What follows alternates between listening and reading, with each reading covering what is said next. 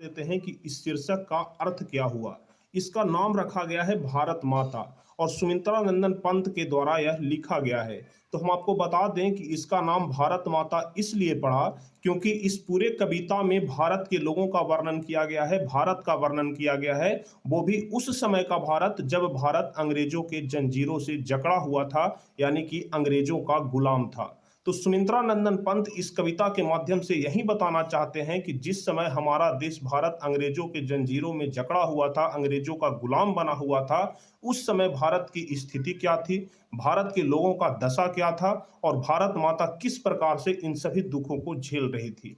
यही पूरे बात को इस कविता में बताया गया है और इसमें विस्तार रूप से समझाया गया है। तो चलिए हम भी आपको इस पूरे कविता के बारे में विस्तार रूप से बताएंगे। तो चलिए, तो कवि परिचय में सबसे पहले हम लोग सुमित्रा नंदन पंत के बारे में ही पढ़ेंगे कि उनका जन्म कब हुआ था, उनकी मृत्यु कब हुई थी और उसके अलावा उनके पिताजी का क्या नाम था, उनके माताजी का क्या नाम था, उनकी प्राथमिक शिक्षा कहाँ से हुई। इन्हीं सभी चीजों के बारे में हम लोग उनके निजी जीवन के बारे में पढ़ेंगे कवि परिचय में। तो सबसे पहला प्रश्न तो आपका यही पूछा जाएगा कि भारत माता शीर्षक के कवि कौन है। तो इसका जवाब हो जाएगा कि सुमित्रा नंदन पंत है। और सुमित्रा नंदन पंत के बारे में आप लोग ध्यान रखिएगा कि इनका जन्म सन 1900 ईस्वी में अल्मोड़ा जिले के रमणीय स्थल कौसानी में हुआ था, जो कि अभी उत्तरांचल में पड़ता है। तो इनका जन्म स्थान आप लोग ध्यान रखिएगा, कहाँ में जन्म हुआ था, तो कौसानी में, जो कि अभी उत्तरांचल में पड़ता है। और एक बहुत ही दुखद घटना हुआ इनके जन्म के समय ही कि जन्म के 6 घंटे बाद ही माता सरस्वती देवी का देहांत हो गया। यानी कि जैसे ही सुमित्रा नंदन पंत का जन्म होता है तो जन्म के 6 घंटे के बाद ही उनके माता सरस्वती देवी का देहांत हो गया। तो यहां से आप लोग ध्यान रखिएगा कि सुमित्रा नंदन पंत के माता जी का क्या नाम था, तो सरस्वती देवी था, आप लोग ध्यान रखिएगा। और उनके पिताजी का नाम था गंगा दत्त पंत। ठीक है, सुमित्रा नंदन पंत के पिताजी का नाम था गंगा दत्त पंत, जो कि क्या काम करते थे, तो कौसानी में ही, ये कौसानी कहने का मतलब कि उनके गांव में ही, क्योंकि अभी आप लोग पढ़े कि सुमित्रा नंदन पंत का जन्म कौसानी में हुआ था। तो जो उनके पिताजी थे, यानी कि सुमित्रा नंदन पंत के पिताजी गंगा दत्त पंत, वह कौसानी में ही एक टी एस्टेट में अकाउंटेंट का काम करते थे। अकाउंटेंट मतलब होता है कि जो रुपये पैसों का हिसाब किताब करता है, जो देखभाल करता है। तो उनके पिताजी यानी कि सुमित्रा नंदन पंत के पिताजी गंगा दत्त पंत कौसानी में ही टी एस्टेट में अकाउंटेंट का काम करते थे। और पंत जी की प्राथमिक शिक्षा गांव में ही हुई, गांव कहने का मतलब कि कौसानी में ही हुई। और उसके बाद वह हाई स्कूल की शिक्षा के लिए कहाँ चले गए, तो बनारस में चले गए। यानी कि उनकी प्राथमिक शिक्षा गांव से ही पूरा हुआ और हाई स्कूल की शिक्षा बनारस से पूरा हुआ। वे कुछ दिनों तक काला कांकर राज्य में भी रहे और उसके बाद आजीवन वे इलाहाबाद में रहे। आजीवन कहने का मतलब कि पूरा जीवन, जब तक वे बचे। तो कब तक बचे, तो 29 दिसंबर 1977 ईस्वी को उनका निधन हो गया था। यानी कहने का मतलब कि वे पूरे 77 साल तक बचे थे, क्योंकि अभी हम आपको बताए कि उनका जन्म हुआ था सन 1900 ईस्वी में। उनका जन्म कब हुआ सुमित्रा नंदन पंत का, तो 1900 ईस्वी में। और मृत्यु कब हो गया, तो 1977 ईस्वी में। यानी कि पूरे पूरे वे 77 साल तक बचे थे। ठीक है, तो सुमित्रा नंदन पंत के बारे में इतना ही जीवन परिचय है। आप लोग ध्यान रखिएगा कि उनका जन्म सन 1900 ईस्वी में कौसानी में हुआ था और उनके जन्म के 6 घंटे के बाद ही उनके माता सरस्वती देवी का देहांत हो गया। उनके पिता गंगा दत्त पंत कौसानी में ही एक टी एस्टेट में अकाउंटेंट का काम करते थे और पंत जी की प्राथमिक शिक्षा गांव में ही हुई और फिर बनारस से उन्होंने हाई स्कूल की शिक्षा पाई। वे कुछ दिनों तक कालाकांकर राज्य में भी रहे और उसके बाद वह आजीवन कहाँ रह गए, इलाहाबाद में रहे। यानी कि जब तक उनकी मृत्यु नहीं हो गई तब तक वे इलाहाबाद में ही रहते थे। और मृत्यु कब हो गया, तो 29 दिसंबर 1977 ईस्वी को। तो सुमित्रा नंदन पंत के बारे में इतना आप लोग जीवन परिचय ध्यान रखिएगा। अब चलिए हम लोग जान लेते हैं कि उनकी प्रमुख काव्य कृतियां कौन कौन सी है, यानी कि जब तक वे बचे तब तक उन्होंने कौन कौन सा किताब लिखा, यानी कि उनका जो काव्य कृतियां हैं किस किस चीज की वे रचना किए। तो उसमें सबसे पहला है उच्छ्वास, उसके बाद है पल्लव, उसके बाद है बीना, उसके बाद है ग्रंथि, गुंजन, युगांत, युगवाणी, ग्राम्य, स्वर्णधूलि, स्वर्ण किरण, युगपथ, उसके बाद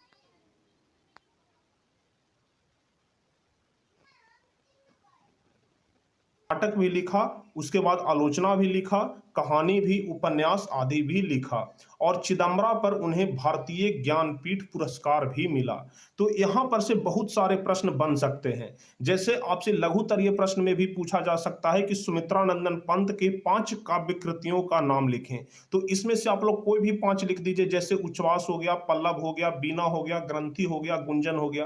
तो इस प्रकार से कम 5 काव्य कृतियों का नाम आप लोग जरूर ध्यान रखिएगा।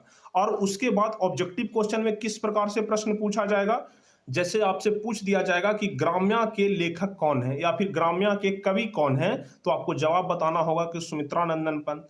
अगर आपसे पूछ दिया जाए कि स्वर्ण धूलि के कवि कौन है, तो भी इसका जवाब होगा सुमित्रानंदन पंत। अगर आपसे पूछ दिया जाए कि सुमित्रानंदन पंत को कौन से रचना के लिए भारतीय ज्ञानपीठ पुरस्कार मिला, तो इसका जवाब हो जाएगा चिदम्बरा। तो इस प्रकार से बहुत सारे प्रश्न सुमित्रानंदन पंत से संबंधित बन सकते हैं। तो आप लोग सारे चीज को अच्छे तरीके से ध्यान से एक बार याद कर लीजिएगा। चलिए अब हम लोग देखते हैं कविता के सारांश को कि यह कविता क्या कह रहा है, इसका सारांश हम लोग देखते हैं। और आप लोग ध्यान रखिएगा, जो कविता का सारांश होता है वह प्रत्येक वर्ष 5 नंबर का पूछा जाता है। चाहे यह वाला कविता पूछे, चाहे कोई कविता पूछे। आपकी किताब में कुल 12 कविता दिया गया है और 12 कहानी दिया गया है। तो इन्हीं 12 दूनी 24 में से कोई भी कविता या फिर कहानी का सारांश आपसे पूछा जाएगा। तो चलिए हम लोग भारत माता कविता का सारांश देखते हैं। तो सबसे पहले आप लोग ध्यान रखिएगा कि छायावाद के 4 स्तंभों में एक सुमित्रानंदन पंत द्वारा चित्र भारत माता शीर्षक कविता एक चर्चित कविता है और कवि प्रवृत्ति से छायावादी हैं। देखिए यहां पर भी एक ऑब्जेक्टिव क्वेश्चन बनेगा कि सुमित्रानंदन पंत कौन से वाद के कवि हैं, तो आपको जवाब देना होगा कि छायावाद के कवि हैं। ध्यान रखिएगा, सुमित्रानंदन पंत छायावादी कवि हैं, इसलिए अगर आपसे पूछा जाए कि कौन से वाद के कवि हैं, तो छायावाद के कवि हैं, आप लोग ध्यान रखिएगा। परंतु उनके विचार जो हैं वह मानवतावादी है। उनकी प्रतिमा कलात्मक सूझ से संपन्न है और युग बोध के अनुसार अपनी काव्य भूमिका विस्तार करते रहना पंत की काव्य चेतना की विशेषता है। यहां तक तो आपको सुमित्रानंदन पंत के बारे में ही बताया गया है। अब देखिए यहां से शुरू है कि प्रस्तुत कविता कवि की प्रसिद्ध कविता उनकी कविताओं के संग्रह ग्राम्या से संकलित है। यहां से भी एक प्रश्न बनेगा कि जो भारत माता शीर्षक कविता है वह कहां से संकलित किया गया है, तो आपको बताना है कि ग्राम्या से संकलित किया गया है। ठीक है, सुमित्रानंदन पंत का एक बहुत ही फेमस रचना है ग्राम्या, वहीं से इस भारत माता कविता को संकलित किया गया है, यानी कि लिया गया है। यह कविता आधुनिक हिंदी के उत्कृष्ट प्रगीतों में शामिल की जाती है। इसमें अतीत के गरिमा गान द्वारा अब तक भारत का ऐसा चित्र खींचा गया था जो कि वास्तविक प्रतीत नहीं होता है। धन, वैभव, शिक्षा, संस्कृति, जीवन शैली आदि तमाम दृष्टियों से पिछड़ा हुआ, धुंधला और मटमैला दिखाई पड़ता है। यानी कि सुमित्रानंदन पंत जो है वह भारत माता के बारे में बोलते हैं कि जितना सुंदर और सुशील हमारी भारत माता थी, अब वह उतना ही पिछड़ा हो गई है, अब वह उतना ही धुंधला हो गई है और उनका जो आंचल है वह मटमैला हो गया है। ठीक है, भारत माता के बारे में बोला जा रहा है जब हमारा देश अंग्रेजों का गुलाम था। और आप लोग जानते हैं कि जब हमारा देश अंग्रेजों का गुलाम था तो भारतीयों का शोषण और भारत का शोषण किस प्रकार से अंग्रेजों ने किया, लूटपाट किया और यहाँ जितने सारे भी खजाना था सभी को वह चुरा करके अपने देश में लेकर के चला गया। तो वही सब चीजों का वर्णन करते हुए सुमित्रानंदन पंत यहाँ बोलते हैं कि अब भारत माता का जो आंचल है वह धुंधला हो गया है, मटमैला दिखाई पड़ने लगा है। लेकिन कवि भारत का यथातथ्य चित्र प्रस्तुत किया है। कवि कहते हैं कि भारत की आत्मा गांवों में निवास करती है। यह वाला प्रश्न बार बार पूछा जाता है हिंदी के ऑब्जेक्टिव क्वेश्चन में कि सुमित्रानंदन पंत के अनुसार भारत की आत्मा कहाँ निवास करती है, तो आपको जवाब बताना है कि गांव में निवास करती है। ऐसे भी आप लोग गांव और शहर में अंतर तो जरूर देखे होंगे कि गांव का मौसम कितना सुहाना होता है और शहर का मौसम कितना गंदा होता है। मौसम गंदा कहने का मतलब कि जिस प्रकार का सामाजिक भेदभाव गांव में नहीं होता है, उससे कहीं ज्यादा सामाजिक भेदभाव शहरों में होता है। समाज एक जैसे मिल करके रहते हैं, एक परिवार मिल करके रहते हैं गांव में, जैसे पूरा गांव जो है वह एक परिवार की तरफ रहता है, एक परिवार की तरह जीता है। लेकिन शहर में ऐसा बात नहीं होता है। इसलिए यहाँ पर सुमित्रानंदन पंत कहते हैं कि भारत की आत्मा गांवों में निवास करती है। ऐसी धारणा रखने वाले भारत माता क्षुब्ध और उदासीन है और सस्य श्यामल धरती आज धूल धूसरित हो गई है। यानी कि जब यहाँ की धरती पर हरी भरी फसल लगा होता था, हरियाली होती थी, उस समय का वर्णन करते हुए सुमित्रानंदन पंत कहते हैं कि भारत माता जो श्यामल प्रतीत होती थी, आज भारत माता का यह जो धरती है वह धूल धूसरित प्रतीत होता है, यानी कि गंदा प्रतीत होता है, मटमैला प्रतीत होता है। और भारत के करोड़ों लोग नग्न अवस्था में, अर्धनग्न अवस्था में हैं। यानी कि यहाँ के लोगों के बारे में वर्णन करते हुए सुमित्रानंदन पंत कहते हैं कि भारत के करोड़ों लोग ऐसे हैं जो कि नग्न और अर्धनग्न अवस्था में हैं। अलगाववाद, आतंकवाद, भ्रष्टाचार, बेरोजगारी सुरसा की तरफ फैलते जा रहे हैं। आप लोग जान रहे हैं कि किस प्रकार से भारत में भ्रष्टाचार फैलते जा रहा है, बेरोजगारी फैलते जा रहा है, आतंकवाद फैलते जा रहा है।